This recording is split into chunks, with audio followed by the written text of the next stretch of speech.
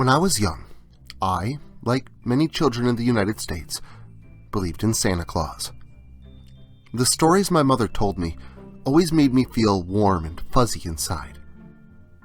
She'd regale me with stories of jolly old Saint Nick and his exploits, how he traveled the world giving gifts to good children and coal to the bad children every Christmas Eve, and how we leave milk and cookies out for him to show our appreciation. She told me about his list, how he could always see what we're doing, all that. She also told me all sorts of other Christmas stories, and played Christmas songs and movie VHS tapes for me. By far, though, Santa and the stories around him were my favorite part of Christmas. However, as time goes by, and as kids get older, many of them stop believing in Santa Claus and his elves, and stop feeling the warm, cozy feelings the holiday is supposed to give people. As my peers stopped believing, I did my best not to listen to them, but the seed of doubt had been planted. When I was 7 years old, on the 20th of December, I had been scolded for not cleaning my room, and my mother had scolded me, asking what Santa would think about my being naughty. It freaked me out, so I got to cleaning shortly thereafter. Once my room was clean, however, I didn't have much to do, and I started mulling over what my peers had been saying. Santa Claus isn't real, and I saw my parents wrapping presents that said that they were from Santa. So later that day, I asked my mom if Santa Claus was real, but all she said about it was, and I quote, "Honey, Santa is as real as you think he is," with a small smile on her face. This answer didn't really satisfy me, so I came up with a plan to find out the answer. I would stay up all night and sneak into the living room. Now, I'm sure most children had planned something like that at some point in their lives, but my plan was different. When I was younger, I used to be on sleep medication due to really bad insomnia, to the point where I would sometimes not sleep for days at a time without them. So I devised my plan. I would fake taking my sleeping meds that night and wait in bed for the sound of my mom going to bed. From there, I'd wait a bit longer, then sneak downstairs to my living room and hide. I told my friends about my plan, and they agreed that it was foolproof, so it was set. And soon, it was time to spring the trap. Just as I had planned, my mom gave me my meds, and I pretended to take them, actually sneaking the tablets into my shirt pocket, and waited, and waited, and waited. About 2 hours later, I heard my mom go into her room and close the door, which was my cue. I waited another half hour, then made my move. I slowly and carefully opened my door, doing my best to prevent it from creeping, then started tiptoeing my way towards the staircase. Finally, at the head of the stairs, I began to creep my way down. 1 step, 2 steps, 3 steps.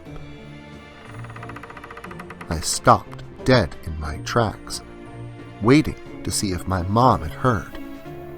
But hearing no sound, I continued down and took my place, hiding behind our couch, figuring that Santa wouldn't see me if he were to come down the chimney. And so began the wait. And wait I did. I waited, and waited, and waited. The entire time, the house was silent, except for the clock behind me, ticking the time away. I don't know how much time went by, as I was afraid to risk turning around and making a sound, but it felt like forever. Then, just when I was about to give up and go to bed feeling defeated, I heard 2 sounds. One was a weird high-pitched noise that got my heart beating faster. Bells, I thought. Could it really be? And then, as if to confirm my suspicions, from above me, I heard a loud thud that I knew had to be coming from the roof. My heart was pounding at this point. I was really about to see and maybe even meet Santa Claus, or so I thought. Soon after the thud, I heard something strange. It sounded like something was climbing down the chimney. My heart was like a drum hammering harder than I think it had ever had before. Soon, with a final thud, I was graced with a glorious sight. The backside of Santa. His red and white suit, gloves, hat, and boots were unmistakable. Santa then walked out of the fireplace, taking things out of his sack and stuffing the stockings hanging from the chimney. He then strolled over to the tree, seemingly inspecting it, and this was followed by Santa placing some wrapped presents under it. He then turned around, likely to approach the table with his prize, and as he did, I saw him, and my heart stopped dead, and my blood became as icy as the street outside. His face was nothing like the rosy-cheeked, jolly old man that I'd been told about. This man, no, the creature's face was... I don't have the words to explain how horrific it was, so I'll just describe it. Its rotten skin, tinged somewhere between blue and green, clung tightly to his head, making him appear absolutely ghoulish. His hair and beard were not white, as I'd been led to believe, but a dirty gray that streaked with dried blood that no doubt came from his mouth, which was also plastered with it. And his eyes, and the creature's eyes. Oh, God, its eyes. They were set deep into its skull, so much bigger than any person's eyes should be, and they had no white or pupils. They glowed in a vile, gross green color that reminded me of swamp water. Upon seeing this nightmare-made flesh, I involuntarily gasped. Its head immediately snapped in my direction, and in a voice that I can only describe as a cacophony of icy winds blasting all at once in tune with an animalistic growl, declared, "You aren't supposed to be out of bed, little one. That's quite naughty of you." It then laughed. I think it was a laugh. At least, it sounded like a chain smoker hacking or choking on their own phlegm and vomit.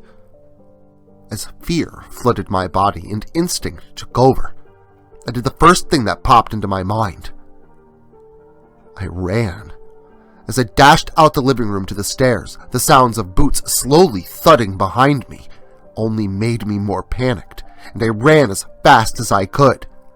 I was about halfway up the staircase when I slipped and fell. Hearing the thud of the creature's feet getting closer, I scrambled up the stairs on all fours, desperate to get to my room.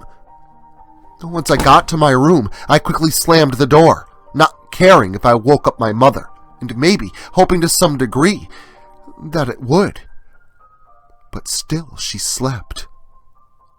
I still don't know how for sure, as my mom was and still is a notoriously light sleeper, but I imagine the creature had some sort of magic on its side.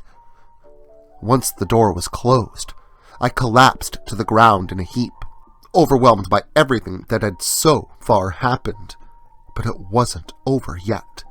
I still heard the footsteps approaching, slowly and steady, as if my pursuer had all the time in the world to relish in my horror. As it reached the top of the stairs, I was praying to God that it would pass by my room, but those hopes were quickly dashed. As the thuds kept getting closer, I curled up into the fetal position, tears pouring out of my eyes like a running faucet at this point. And sure enough, the sound of the boots stopped right outside my door. I saw the doorknob slowly start to turn, and heard the creature's foul laugh once again. I lost any control I had at that point and screamed. I yelled at it, louder than I'd ever heard a child yell since. "Go away! You aren't allowed to come into my room!"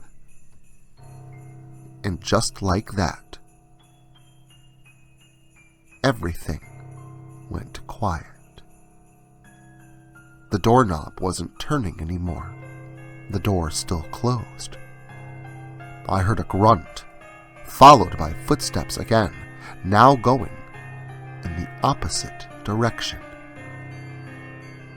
I heard them go down the stairs. I heard clamoring I could only assume was the monster climbing the chimney, and I heard thudding on the roof. Finally, I heard one last laugh from the monster, and a few more thuds, and then a high-pitched sound, the one I heard before, only now it was closer. I knew what the sound was. It wasn't bells that I had heard, but screams. And then, all was quiet once more. I didn't sleep the rest of the night, nor did I move from that spot until Christmas morning, once light was beaming into my room from the windows. However, I noticed a note attached to my door upon exiting my room. It read, "One would do well to hold the traditions of old in their hearts and keep them, lest the consequences of not doing so follow. S.C."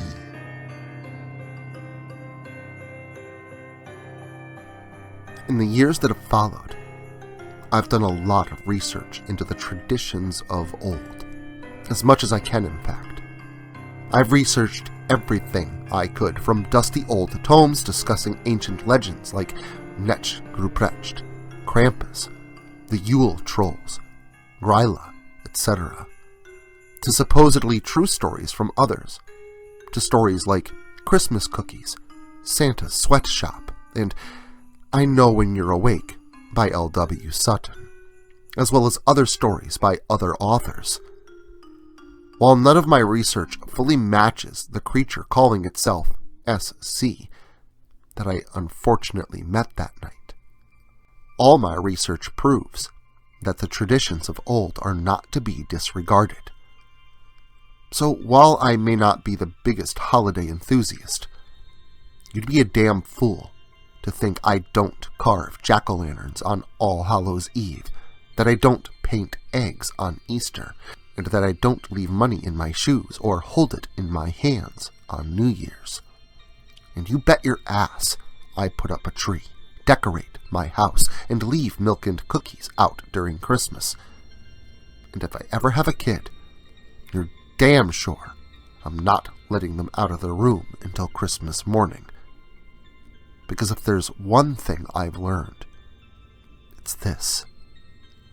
The traditions of old exist for a reason, and they should be followed, especially the one about not seeing the visitor that arrives on Christmas Eve.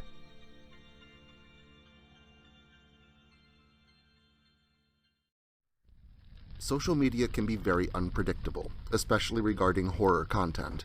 If this content gets removed, all new content will be simultaneously presented on various websites provided in the description to this video. Make sure to follow me in other digital spaces so that you never miss out on the terror. Also, if you like this video, make sure to leave a comment and hit the like button. It helps the channel a lot. If you're new to the channel and you enjoy what's here, consider hitting that subscribe button and the notification bell so that you never miss an upload. Writing is a dream of mine, and it's all of you that make that dream come true.